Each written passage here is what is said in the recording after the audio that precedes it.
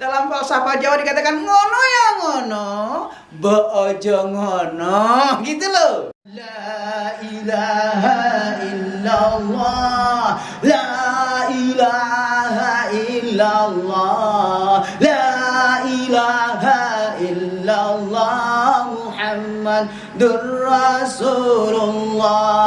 Ya Allah ya salam, lindungi Republik Indonesia dari bencana alam, dari perang saudara. Bismillahirrahmanirrahim. Assalamualaikum warahmatullahi wabarakatuh. Masyarakat dibuat bingung oleh peraturan pemerintah yang berubah-ubah setiap harinya. Awalnya perjalanan jarak jauh 250 km diwajibkan adanya kartu vaksin dan wajib tes PCR serta antigen. Kini tes PCR telah dicabut, yang mana perjalanan jarak 250 km wajib vaksin minimal dosis pertama dan menunjukkan tes antigen 1 kali 24 jam. Yang mana biaya tertinggi tes antigen mencapai Rp109.000. Mungkinkah ada mafia besar yang terlibat dalam pemerintahan? Mari kita simak tanggapan dari Angkatan Muda Banteng Putih berikut ini.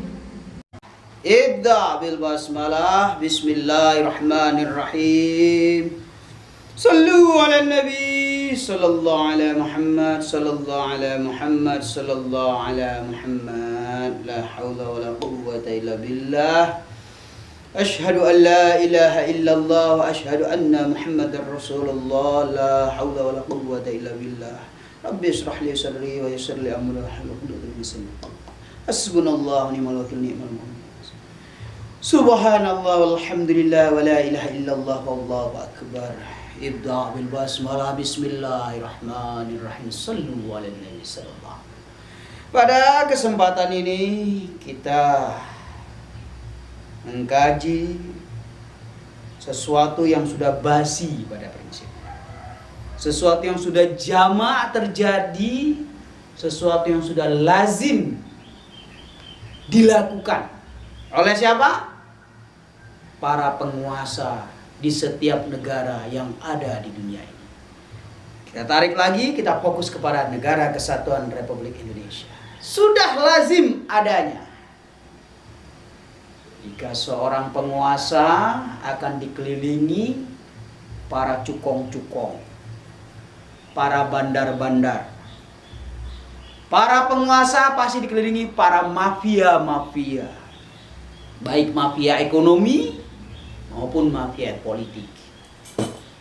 Oleh karena itu, bukan hal yang tabu untuk kita diskusikan, dan bukan hal yang baru untuk kita bahas tentunya. Hanya saja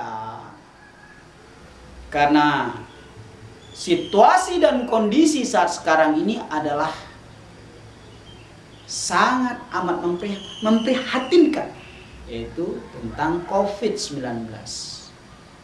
Ini yang menjadi tolak ukur kita menganggap ini hal yang lumrah ataupun hal yang tidak manusiawi. Mengapa? Yaitu tadi. Lain hal kalau dunia tidak diserang oleh COVID-19, itu mungkin kita agak maklum lah. Namanya penguasa itu banyak keluar dana ketika dia menjabat menjadi seorang presiden, banyak sponsor politik di belakang beliau. Jadi wajar kalau para cukong dan mafia bergentayangan ketika beliau betul-betul menjabat menjadi seorang presiden ataupun menteri. Karena memang biaya politik itu sangat amat mahal di Republik Indonesia. Oleh karena itu jangan berharap banyak para pejabat bisa fokus bekerja maksimal, karena mereka hanya memikirkan bagaimana cara balik modal. Sallallahu ala Muhammad sallallahu alaihi wasallam. Itulah kenapa Komisi Pemberantasan Korupsi dikerdilkan sekerdil-kerdilnya, diamputasi semuanya agar KPK ini bisa dikendalikan oleh sang penguasa. Artinya kroni-kroni sang penguasa jangan sampai dicokot oleh KPK, tetapi di luar jaringan penguasa, di luar mafia-mafia jaringan mereka, silakan ditangkap. Ini fakta ini. Ya. Lalu kaitannya apa? Bismillahirrahmanirrahim. Wa antum koreksi kalau salah. Wa antum zalimun. Wa antum zalimun. Hei, kalian ini zalim. Wa antum zalimun. Kenapa zalim? Indonesia ini sedang kacau ekonominya, sedang morat-marit.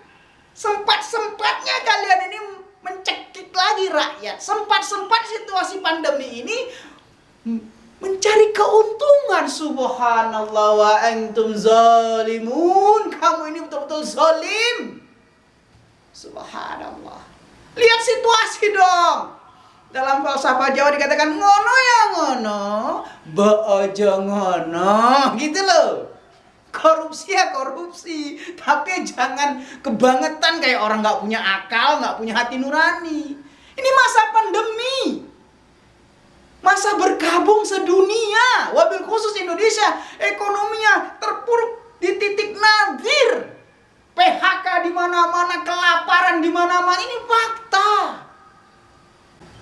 PCR sekarang sudah dihapuskan, antigen tetap berjalan terus. Sebentar lagi mungkin cari bisnis lagi. Setiap orang keluar rumah 1 kilometer wajib dites khusus. Atau sekali tes khusus itu bayar 20.000. Tidak tutup kemungkinan, dicari celah terus ya. Jadi masyarakat yang keluar rumah jarak 3 kilometer wajib dites khusus. Dan biayanya 15.000, 20.000. Ceperan itu. Sama kayak Pak Ogah istilahnya, ngambil pungli cili-cili itu. Itu kerjaan nanti tingkat-tingkat menengah ke bawah lah. Subhanallah. Ini negara hukum. Ini bukan negara preman. Ya, yang berkuasa menginjak yang lemah. Ingat loh, wa antum zalimun, wa antum zalimun. Kalau Allah sudah murka kepada orang-orang zalim, ya, nanti digerakkan rakyat untuk marah. Baru kalian tahu rasa nanti. Terjadi kasus Orde Baru terulang kembali. Dihantam habis-habisan sama kekuatan rakyat. Kalau Allah sudah murka sama penguasa yang zalim. Ya, ini bukan menohok seorang presiden nih, semuanya, lingkaran presiden, kabinet-kabinetnya, menteri-menterinya, semua strukturnya kena ini semua. Kami nggak akan menohok 1-2 orang, enggak. Ini sudah sistemik. Bahaya sekali negara dibikin seperti ini. Rakyat dieksploitasi besar-besaran, habis-habisan, dicekik habis-habisan, dikasih uang tapi uang itu diarahkan untuk tes ini, tes itu, tes itu. Akhirnya subsidi dari pemerintah habis untuk tes. Subhanallah. Kasus Bani Israel seperti ini nih. Sudah dikasih fasilitas sama Allah. Ya, itu Bani Israel tuh. Mereka minta makanan dari surga, dikirim sama Allah makanan dari surga. Nabi Musa pergi hanya 40 hari 40 malam. Mereka menyembah sapi, dibikin dari emas lagi. Subhanallah. Akalnya di mana? Ini sama seperti ini. Dikasih sama Allah fasilitas demikian rupa rakyat Indonesia, negara yang subur makmur, belum terolah sedemikian rupa. Banyak itu masih perawan semua. Hutan-hutan seluruh Indonesia, Papua, Kalimantan, Sulawesi, Sumatera. Aduh, subhanallah. Kalau lihat dari atas itu hijau semuanya Indonesia ini. Tapi yang dikerok daerah itu saja. Subhanallah. Bukannya berpikir bagaimana mengeksplor sumber daya alam untuk kemakmuran rakyat, malah mengeksploitasi rakyat untuk kemakmuran pribadi dan kelompoknya. Subhanallah. Wa antum zalimun. Kamu ini zalim. Kalian ini zalim. Parah kalian ini zalimnya sudah. Situasi kita ini masa pandemi. Harusnya saling tolong menolong. Jangan udah tidak menganggap menteri rakyat. Semua rakyat sama halus, saling bahu membahu. Bagaimana kita lepas dari pandemi ini. Jangan dibuat sistem sedemikian rupa, aturan-aturan yang sedemikian rupa sehingga rakyat harus mengeluarkan uang. Diberi subsidi oleh pemerintah tapi dibalikin lagi kepada oknum-oknum dan kroni-kroninya membuat bisnis yang akal-akalan, akal bulus. Sallallahu alaihi Muhammad. Sallallahu alaihi. Seperti antigen ini memenuhi kantong-kantong oknum-oknum pejabat, makanya tetap eksis terus antigen ini. Terus akan diadakan semua. Ya, akan terus dibuat aturan-aturan seakan-akan untuk mencegah pandemi, pada prinsipnya sambil menyelam, makan tanah, korek tanah, makan ikan mati, kalau bisa buaya sekalian dimakan. Itulah pejabat-pejabat kita sekarang. Bukan sambil nyelam minum air lagi, tidak. Ya, tanahnya diambil, batunya diambil, ikannya diambil, semuanya. Yang korban rakyat. Mengapa para pejabat bisa berani seperti itu?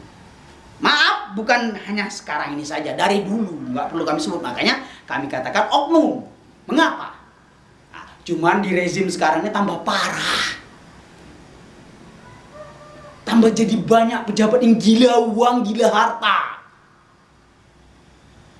Mereka berimajinasi tidak akan mati. Jadi dikumpulkan harta sebanyak-banyaknya untuk anak cucunya. Subhanallah. Mana jiwa nasionalisme kalian? Mana jiwa Pancasilais kalian? Kalau hanya sekedar nambah 4 kali nggak masalah. Ini warungnya juga mau dimiliki.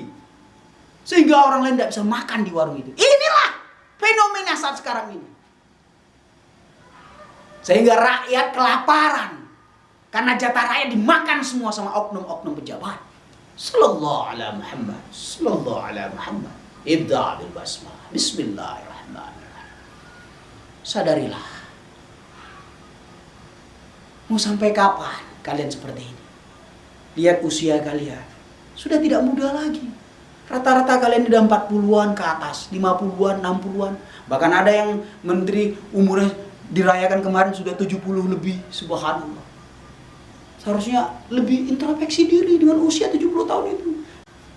Ketika aturan itu memaksa rakyat untuk mengeluarkan uang pribadinya yang tadi dia beli nasi 1 bungkus bisa, tapi harus menyetor kepada negara, asbab mengikuti aturan ini jadi masalah. Ketika rakyat dibenturkan sama aparat di jalanan, aparat penegak hukum menjalankan perintah. Kalau nggak melakukan ini akan diberikan sanksi. Sementara rakyat tidak punya uang. Dan dia harus keluar rumah untuk mencari makan. Perjalanan tidak hanya sekedar sekali 2 kali. Tetapi ketika dia keluar dalam perjalanan mencari nafkah, dia harus membayar ini, membayar itu, tes ini dan tes itu. Hello! Sehatkah kalian memimpin negara ini? Sehatkah kalian memimpin negara ini? Sehatkah kalian memimpin negara ini? Memang tidak salah dikatakan. Bukan negaranya yang sakit, tapi para penguasa dan penyelenggaranya lah yang sakit. Subhanallah. Kami mendoakan Pak Presiden selalu sehat walafiat agar mampu merombak kabinet yang sudah sakit dan kronis. Astaghfirullah wa lakum jami'an walhamdulillahirabbil alamin. Shallu ala nabi sallallahu alaihi wasallam.